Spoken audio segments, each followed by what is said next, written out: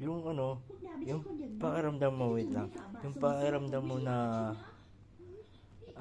nawala ka pala sa ano, nawala ka pala sa Pinas kasi chine-check mo yung ano, yung remote. Ito, remote. Chine-check ko yung remote. Ano naman, English naman siya. Ayan, English naman siya yung nakalagay, yung mga English.